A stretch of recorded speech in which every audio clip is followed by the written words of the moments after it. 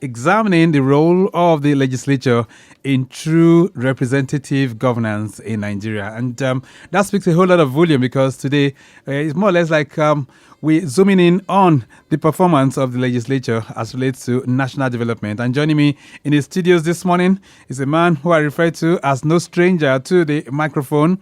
He's been here before to talk about this, an experienced lawmaker of several years standing, even though he's not currently in any of the assemblies and the National Assembly. But, of course, he is very much aware and abreast with latest development as well. Honorable Kolawole Taiwo is former member, House of Representatives, also former Deputy Speaker, Lagos State House of Assembly.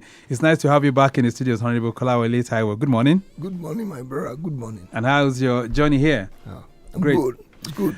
Let's touch down on some issues of great concern because as we speak right now in Nigeria, there's been lots of talk in town as to the performance of the present government led by APC, which is your own party. Talk to me. What's your assessment? I know you're going to be giving good reviews, but the feelings and, of course, the feelers that we're getting out there is that Nigerians are really having some mixed feelings about this government. What's your thoughts, really? Talk to me. Thank you very much. When you are talking of performance, there must be a measuring yardstick. And if you want to measure that, it will measure with time. When this government took over, we know what was going on in Nigeria then. Somebody decided to scatter our naira. Nobody's had money in their pockets. Even towards the election, I don't know what the CBN has in mind when they did that, to the extent that Nigeria is almost crumbling. When the government took over from that type of situation, then it's only God that can save that government from people. But when you compare that to where we are, many things have taken place. The president took over and decided to remove subsidy. Mm-hmm. I was in National Assembly when during the last administration. All right. And I always tell people that it's not the president that removed subsidy. So who did? We. Who did? We. I was a member of our appropriation committee. Okay. We did not include it. Because if you look at then, the budget of Nigeria was around 17 trillion. Right. And if you are using 6 trillion to service subsidy, for subsidy alone, and only 12 trillion for all other things about Nigeria, then there's something wrong with it. Yeah, but some observers have said, well, this couldn't have been if only the president took some kind of introspective look at the issue properly before coming out. Some have said the policies he made are as the outcome of what we are having today. Yeah, well, you are right. Some people said so. But it's not him. You know, the problem then was for him to stood at that swearing point and say subsidy is gone. That was language. Right. Not that our president is a figure person. He has seen the budget. He knows that subsidy is not part of the budget. Yeah, without doing the homework properly. That's what the people are saying. I mean, if you are doing he's not the one. He's not the one that made the budget. You know, budget is number one bill, number one law of any house. Number one, every new year we pass budget, and that is to guide people, the government, how to spend money. They cannot remove one kobo that has never been budgeted for, which means he knows that there is nothing like that. But to use that medium as the point where it's going to now make it open for Nigeria is what some people are, because in Nigerians we are terrible. Immediately said that thing that day, everybody decided to change their. So and the inflation now came in place. Shocked us. So that means the present government probably didn't do some good homework. But even with that, do you think they could have retraced their steps? Since then they have been doing, the funniest thing is that there is even an external problem that we cannot overlook. Which is? We are just coming out of COVID that disrupted the chains of distribution. And if you disrupt the chain of distribution for 1 month, it will take some years before you can reclaim it. Not to talk of chains of distribution that was disrupted for 1 year. Right. That year, I was in National Assembly then. That year, there's nothing you can do. Right. And okay, so we expect, therefore, go anywhere in the world, there is no sitting government that is not being criticized, particularly because of that. And it's a natural occurrence. And if that thing happens, I don't say, we are politicians. We look for the fault of our opponent. And I always tell people that if it is to talk like a politician, look for the fault of your opponent. But as a sincere Nigerian, that I am very abreast of what is happening. Right. And I know the beginning of this problem. I know where we are now. All right. The inflation has reduced drastically. When it took off, it was around 36. It got to around 36 because apart from the fuel subsidy, people now frown at the valuation of the naira, floating naira. Right. He said, so don't you think that was a mistake as well? Yes, because that one combining the two, some people said is the reason, not even the subsidy now. But look at other things they have done. Okay. Like we know that people have been complaining that we keep devaluing naira from 1993, and that has weakened naira tremendously. Now to float it, the naira should be determined by the market. Right. But they have to also do something. Take for instance, the naira for crude supposed to affect our request for foreign exchange. Right. They are supposed to boost the value of naira. But Nigerians, if we believe in one thing, then we will stick to it to the extent that we will not even consider the effect of same to even ourselves. Take for instance, the people living in diaspora, they are quick to react to anything naira. If naira value is coming up, they will be worried and they want the naira value to keep going down, because that is the only essence of their staying there. Right. Not that they have better pay, not that they have better money, but they have better exchange. Honorable Kolawole Taiwo, some have said that perhaps the economy is dwindling and performing this way because of those who are handling it, and that Mr. President has not picked the right men for the job. I was saying so. I worked with Cardoso for 4 years in Lagos, and I know Cardoso. I also worked with Edu for 4 years. I know Edu. I know what they are doing. This is the first time they are taking policies that people will not like, but they are doing it because they thought they can get result. Take for instance, there are some function of central bank that normally take place in Lagos, and the people that oversee the function stays in Abuja, and they will now travel from Abuja. Our station will mean they spend more money. The man said no. If you want to still be in this section of CBN, then you must move to Lagos. Those are policies we expect from those people that are in charge of the economy. Right. The floating, they said yes, they need to float naira, because we cannot be passing naira. All this problem we are seeing today is because we have a president that wants to solve the problem. If he wants to join them, he will have been borrowing money and be putting it there, passing it. Let's talk about the president's election and the people that he's picking. I mean, there's a lot of noise which is made across Nigeria right now, especially those from the Northern Caucus. They have said Mr. President is queuing up his appointments all to one section of the country. Precisely Southwest. I don't know what they mean by that. Some argument says not even Southwest now, it's Yoruba. But they have seen Yoruba beyond Southwest. Now, before, all the Yoruba states that are in the Middle Belt are classified as North. They use it as a figure to monopolize the population they are talking about. Right. Now, they suddenly realize that they are Yorubas because they bear Yoruba name. But they are, take for instance, somebody from Kwara. Is that Arewa? It's not Yoruba. It's not Western. And if they now pick somebody from Arewa, you now said, it's not from Core North. It's unfair. But is it right? It's unfair to people like us too, because we are not even putting our hope in that direction. Because we know that. We know the way people are now.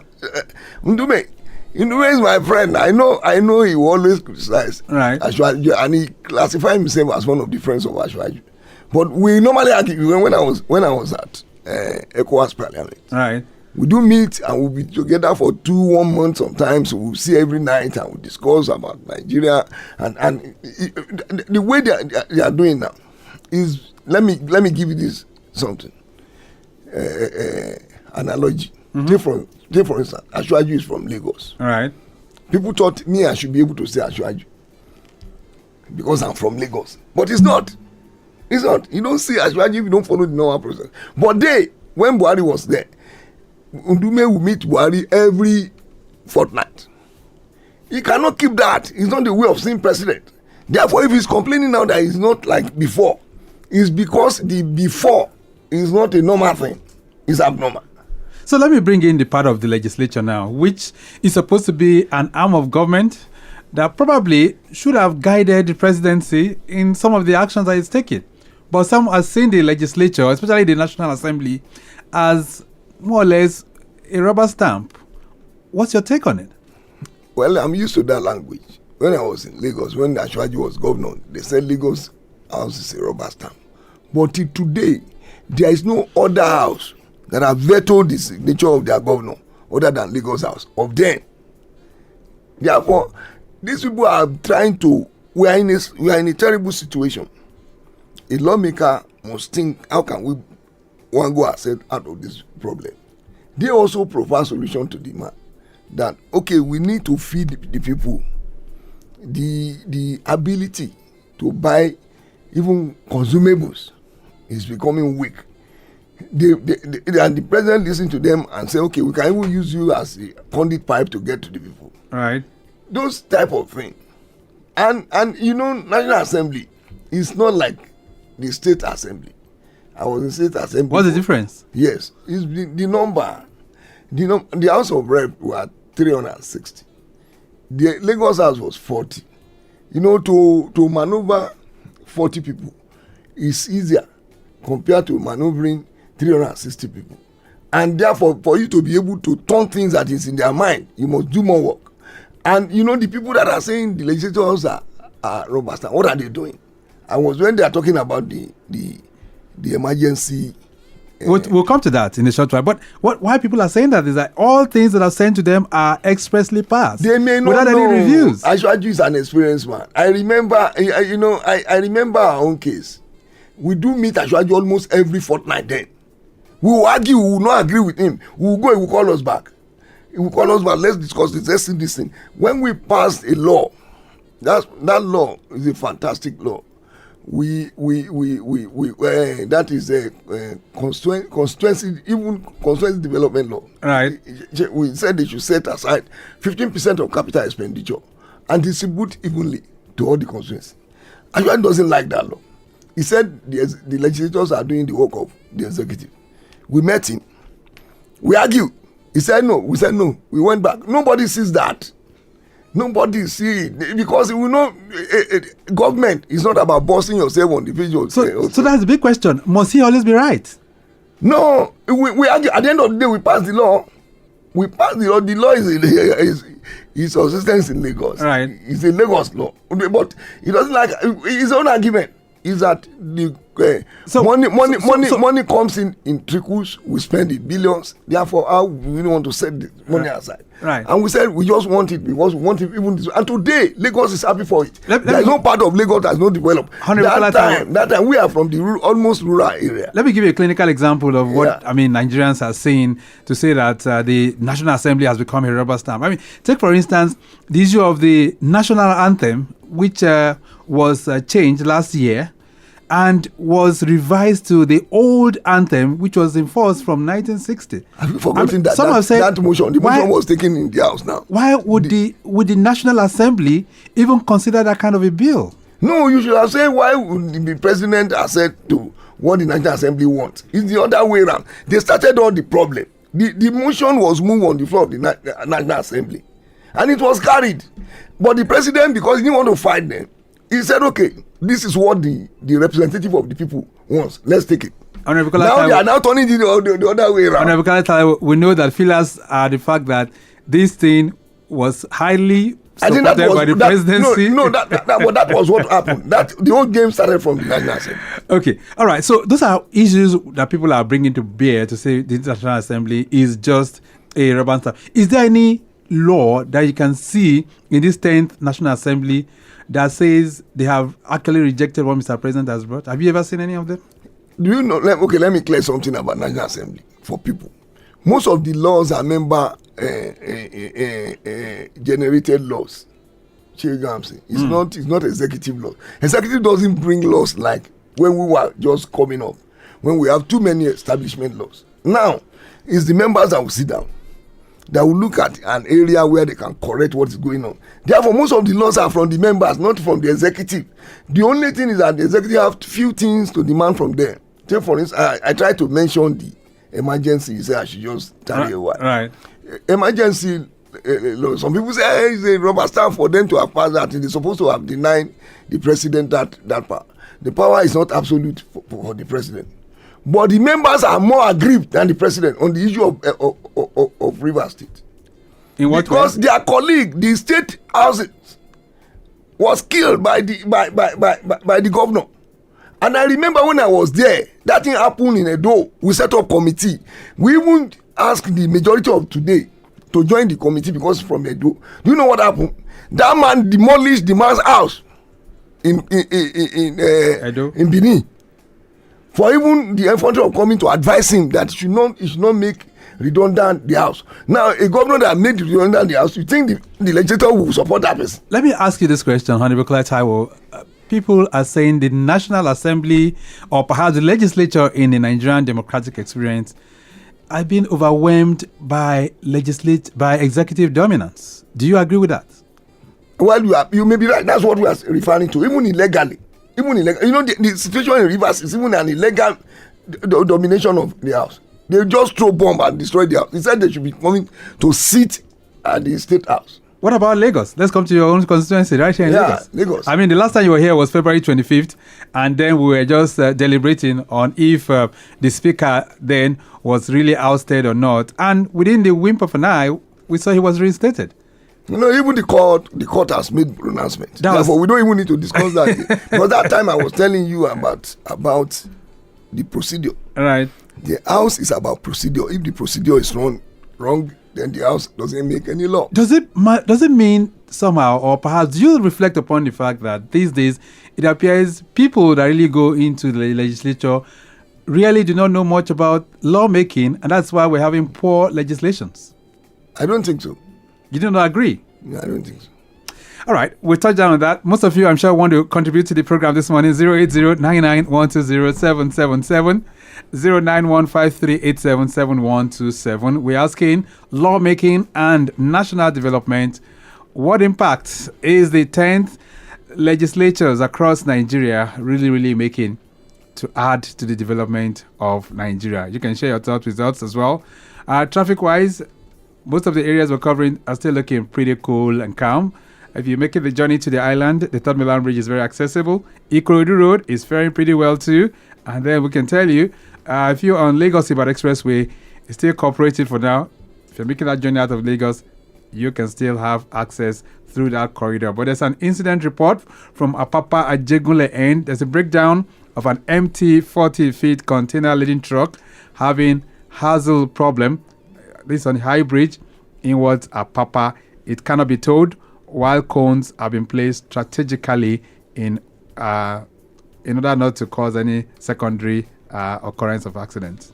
All right, let's hear from you. Hello there, good morning. Yes, good morning. All right, what's your name?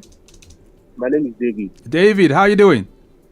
I'm very, very good. I have Honorable Kolawole Taiwo here with me in the studios. Yes, good morning, Honorable Taiwo. Good morning, my brother. Yes, sir. I just want to quickly ask, what do you think can be done to make the legislative arm of government in Nigeria more, transparent and more accessible? Thank you. The tools needed by the legislature. All right, just listen on your radio, okay? All right, thank you. The tools needed by the legislative house has been given to them. Even the National Assembly has now passed financial autonomy law that the money going to the legislature is a first line charge. Okay. like the judiciary. And that, I think that's the only thing that can really bring them together. And secondly, too, when you talk of improvement in Lagos, we train and retrain until me I left, and I know that's what is happening. We understudies the advanced legislature. I was at the House of Commons. I was at the U.S. House. We see what they do. We copy the one that are good for us. We try to change some that make something better. We also allow opinion holders in the legislative palace to talk to the legislators sometimes, to open their eyes on some things. But you cannot remove the fact that they are representative of the people. And for us to be able to always come to a decision, it's not always as simple as the way people see it outside. And when you come to a decision, people will say we have listened to the executive. We are not there to destroy the executive. There are some interdependence of arms too. And some lobbying that goes on. Yeah. All right. This one says, good morning and happy Easter. Honorable Taiwo, what legislative reforms do you think are urgently needed in Nigeria right now? Benga is sending that one in. Thank you so much, Benga, for sending your message. So what kind of reforms do you think will really make the assembly much more potent? Do you know that even let's take this call. Hello there. Hello. Oh, okay, we lost that. So, but do you know that even in the house, most of the legislators, particularly the female, they want permanent seats that are dedicated to the female. And the male, we say, he will undermine the essence of male in such constituencies. And we are looking for reforms that I think the legislature is so free now, and nobody. You do not support the idea of permanency for females? Well, can I say that Ajegunle seat should be permanently reserved for females? That is too much now. Those are the things that we faced when we are doing that amendment that the female are complaining about. Right. I told them that they're supposed to preach inequality now, but they want equality. And I said, I'm a statistician, and I know when you say something is equal to the other, then there should just be a level playing ground. But if you say this one is superior to this one, you want to beef up that to get to that parity level, right? Then you must do things in favor of those the sex that you feel is not as parity with the other. Right. But they don't want that. And I told them that even the Benjin, before the Benjin, there is a decade for women declared by this white world. Then we are sleeping. There is nothing like Nigerian women then. And when they have spent the 10 years to beef up their something, that what we need to be preaching now is that beef up those aspects that we are finding women not being active. All right, we'll talk about the Senator Natasha case in the short while. But there's a message here. It says, hello, good morning. Do you believe Nigeria has done enough to support the youths? You didn't put your name. Thank you so much. But in what context is it? Support the youths in terms of lawmaking? Well, but Honorable Kolawole Taiwo, you want to respond to that? I know that there is two sex that is very powerful. It's the sex of the youth. That one is either male or female. All right. And the female sex, they are superior to male in Nigeria. Okay. Because we have a whole ministry dedicated for youth and a whole ministry dedicated for women. There is no ministry for men. And it's the men that will create those ministries to beef up that challenges that they said they are having. And the youth, I don't know what you mean by that. The problem with the youth of now is the globalization of the world. All right. That thing, they don't even want to talk to you as an elder. Let's talk about what's been playing out in the upper chamber of the National Assembly between Senator Natasha and the Senate President. I mean, some have said, perhaps if the senator from Kogi Central understood more of the rules of the National Assembly, maybe things would not have gone this way. What's your thinking? I don't think so. It will have still gone that way because of she has this feeling that she must get everything she wants. That's my own reading of what is happening. Because if the rule says you have power to raise the privilege order, but the same rule says you cannot even raise anything if you are not sitting at the allotted seat. Right. Which one is superior? is the one that says you must first of all sit in the allotted seat before you make that your pronouncement of order. Right. And she said she didn't want to go and sit there. That was the beginning. Which is quite unfortunate. It's all right, more reactions coming. This one says, good morning, sirs. What systemic barriers hinder the legislature from driving national development effectively? They are doing it. I don't believe that there is any systemic barrier. I said we have removed the only barrier. The only barrier that we can have is when the money is not coming in, when they are having problem funding their activities. Now, the money of the legislature is on the first line chart. So they don't have any challenge with that? No, I don't think so. Right. They should sit down and come up with something. All right, this one says, good morning, Traffic Radio. In your experience, Honorable Taiwo, what does it take to truly represent your constituency beyond just attending plenary? Maruf is sending that one in. Thank you. That's a very good one. The function of a legislature is more than one or two or even three. They said it's a lawmaking body. Therefore, you must make law. Either you like it or not, it's a function that even if you are not coming up with any bill, you must partake in the process of making law. 2, the representative function is beyond anything. Somebody will call me now, even as somebody that is out of the house, they will say, they have problem with traffic radio. HKT, please talk on our behalf. You are representing them. And that can, that's the part that people normally hide on. Right. By saying you must bring money, you must do things. You will do it. You must facilitate projects. You must drop projects into your own side too, no matter how small. And the oversight function must be carried out. And are they doing it well? They are doing oversight. Because some have said oversight function these days is much more limited to the Ghana must goes. I don't think so. Is that not correct? I don't think so. I always tell people that if you are doing it well, if you don't have problem with legislator, you may say anything. The day you have problem with legislator, you will know that they will scrutinize you to the bottom of your something, and they will bring out all those things you thought you have eaten. They are doing it. You have been an experienced lawmaker. I mean, from 1999 through 2015, you were in the Lagos House of Assembly. Yeah. 2019 through 2023, you are the House of Representatives. Yeah. So, experience really matters for us to have good laws in because Nigeria. We said so now. Legislators are like wine. Right. The older, the better. Is it possible that we still have people like you still get back to the National Assembly? There are people like me there. There are people, when we are talking about Ndume has been in the National Assembly all this while. He was a member of House of Rep before joining the Senate. And as a senator, I think he should be going for the 4th or 3rd time now. Right. Therefore, Ndume is highly savvy. When you discuss with him, he will flow. Right. Okay, so are we expecting anything from Honorable Kolawole Taiwo? Are you going to get back into? I have not made any decision. I'm enjoying my life. You're not making that. You're not making that decision. Not on this program yet. Not even now. All right. Let's round up because there's a last message here that's coming in. It says, "Good morning. What advice would you give to current members of the Lagos House of Assembly on being better representatives?"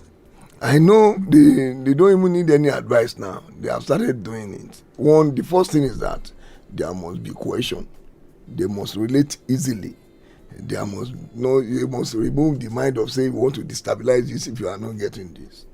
And they have started doing it. The noise was so much about a month ago. Right. That died down. I mixed with some of them some few days ago. Yeah, but even the reinstatement of Honorable Basa as Speaker has not really changed things. I mean, they've only started only once ever since. In that period, they don't sit. House doesn't sit at that period when we are fasting. Most of members will go abroad to Saudi Arabia to do their spiritual. But they only met this week. Yes, and they've adjourned it definitely too. Because there is another party. Celebration going on. Okay, let's see how things pan out. But it's always a thing of joy to have you in the studio. So I'm Kolawole Taiwo. Thank you so much for being here. What's a parting thought to Nigerians as relates to lawmaking and their roles in development? Let me first of all talk to our people. Don't underestimate the power of a legislature. They are doing their job, and don't think they are not performing. Most of the job of legislators are done in committees, and anytime they are on the plenary session, it's just to put a seal on what they have done. and that's the one you will see. Before they arrive at decisions, it's not always very rosy. And apart from that, our legislators should just continue doing what they are doing. They should improve every day, read more, and study their constituents, and try to draw projects into their side. We'll leave it at that for now. It's nice having you in the building. Thank you so much for being here. Thank you. Okay, then. So that's how far we will go on the program this morning, looking at lawmaking and national development, examining the roles of legislator in true representative governance in Nigeria. We have to go. The program has been produced by Dayo Anthony. I say a big thank you to Mike James and, of course, to Ajikawo as well. We do appreciate you. In the building, Esther Alo and Stella Amadasun in the house. Thank you so much. Our social media team, Okpayemi Shodunke, we do appreciate you. And to our executive producer, Tayo Akonle. My name is Victor Oteri. I'm still very much within, but have a splendid Saturday.